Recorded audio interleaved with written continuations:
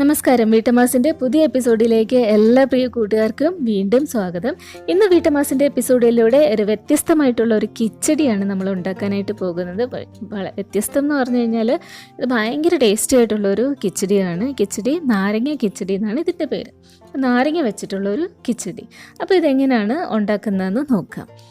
അപ്പോൾ ഞാൻ നാരങ്ങ കിച്ചടിക്കും നാരങ്ങ അച്ചാറിനും വേണ്ടിയിട്ടുള്ള നാരങ്ങയാണ് ഇവിടെ എടുത്തേക്കുന്നത്. അപ്പോൾ കിച്ചടിക്ക് വേണ്ടുന്ന കഷ്ണങ്ങൾ ഉപ്പിലിട്ടതിന് ശേഷം നമുക്ക് മാറ്റാം. അപ്പോൾ അതിന് മുന്നേ ഞാൻ ഇതൊന്ന് ആവിയിൽ പുഴുങ്ങാനായിട്ട് പോവുകയാണ്. ഏകദേശം ഒരു 3 മിനിറ്റോളം പുഴുങ്ങി കഴിയുമ്പോഴത്തേക്ക് ഇതിൻ്റെ തോടൊക്കെ നല്ല സോഫ്റ്റായി കിട്ടും. അപ്പോൾ ഇനി നമുക്കിതൊന്ന് നന്നായിട്ട് തുടച്ചതിന് ശേഷം തണുത്തിട്ട് വേണം ഇത് മുറിക്കാനായിട്ട്. അപ്പോൾ നമ്മൾ സാധാരണ നാരങ്ങ അച്ചാറിന് മുറിക്കുന്ന കണക്ക് നെടുകെ മുറിച്ചതിന് ശേഷം പിന്നെ അതിന് കുറുകെ മുറിക്കും. അപ്പോൾ ഇതുപോലെയുള്ള ചെറിയ ട്രയാങ്കിൾ പീസസ് ആയിട്ട് കിട്ടും. അപ്പോൾ ഇത് ഞാൻ തലേ ദിവസമേ തന്നെ രാത്രിയിൽ ഉപ്പൊക്കെ പുരട്ടി ഞാൻ മാറ്റി വെച്ചിട്ടുണ്ടായിരുന്നു. എന്നിട്ട് അടുത്ത ദിവസം റെഡി ആയിട്ടിരിക്കുവാണ്. നാരങ്ങയെല്ലാം നല്ല സെറ്റായിട്ടിരിക്കുവാണ്, ഉപ്പൊക്കെ പിടിച്ച് മാറിയിരിക്കുവാണ്. അപ്പോൾ മിനിമം ഒരു 6 മണിക്കൂറെങ്കിലും നാരങ്ങ ഇതുപോലെ ഉപ്പ് പിടിപ്പിക്കാനായിട്ട് പുരട്ടി മാറ്റി വെച്ചതിന് ശേഷം വേണം കിച്ചടിക്കാണെങ്കിലും അച്ചാറിനാണെങ്കിലും ഒക്കെ എടുക്കാൻ. അപ്പോൾ ഞാൻ കിച്ചടിക്ക് വേണ്ടിയിട്ടൊരു 5 നാരങ്ങയുടെ കഷ്ണങ്ങൾ ഏകദേശം എടുത്തിട്ടുണ്ട്. അപ്പോൾ ബാക്കി ഞാൻ അച്ചാറിന് വേണ്ടിയിട്ട് മാറ്റി വയ്ക്കുകയാണ് ചെയ്യുന്നത്. അപ്പോൾ നമുക്കിനി നോക്കാം എങ്ങനെയാണ് കിച്ചടി റെഡിയാക്കുന്നതെന്ന്. അപ്പോൾ ഞാൻ ഈ ഒരു കപ്പിന് തൈര് കട്ടയെല്ലാം ഉടച്ചിട്ട് തൈര് ഒഴിച്ചു കൊടുക്കുകയാണ്. അപ്പോൾ 1 കപ്പ് തൈര് നമ്മൾ ഉപ്പൊക്കെ പുരട്ടി വെച്ചിരിക്കുന്ന നാരങ്ങയിലോട്ട് ഒഴിച്ചു കൊടുത്തിട്ടുണ്ട്. എന്നിട്ട് നന്നായിട്ടൊന്ന് മിക്സ് ചെയ്യുക. അപ്പോൾ മിക്സ് ചെയ്തു.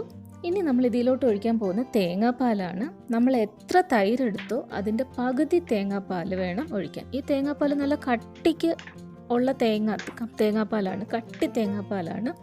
അപ്പോൾ നമ്മൾ 1 കപ്പ് തൈരാണ് ഒഴിക്കണമെങ്കിൽ 1/2 കപ്പ് തേങ്ങാപ്പാൽ വേണം ഒഴിക്കാനായിട്ട്. അപ്പോൾ ഇത് നമ്മൾ ഇലയിലൊരു തൊട്ട് കൂട്ടാനായിട്ട് വെക്കുകയാണ് ചെയ്യുന്നത്. അപ്പോൾ അതനുസരിച്ച് അതിൻ്റെ കൺസിസ്റ്റൻസി നോക്കിക്കൊള്ളണം, ഒരുപാട് ലൂസായി പോകരുത്.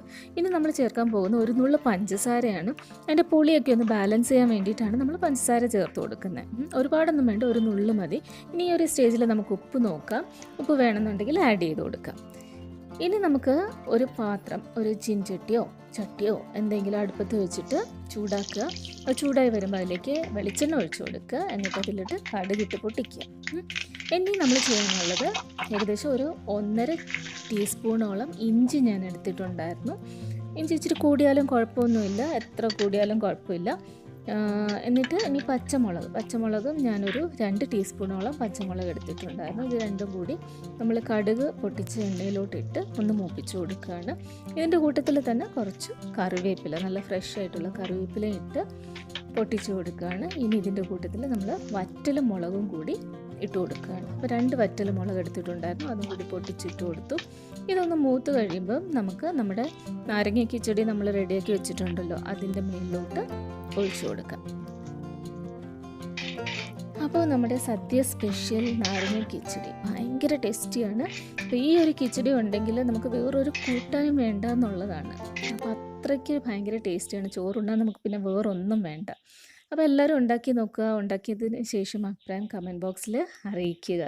അപ്പോൾ thanks a lot for watching. Happy Onam.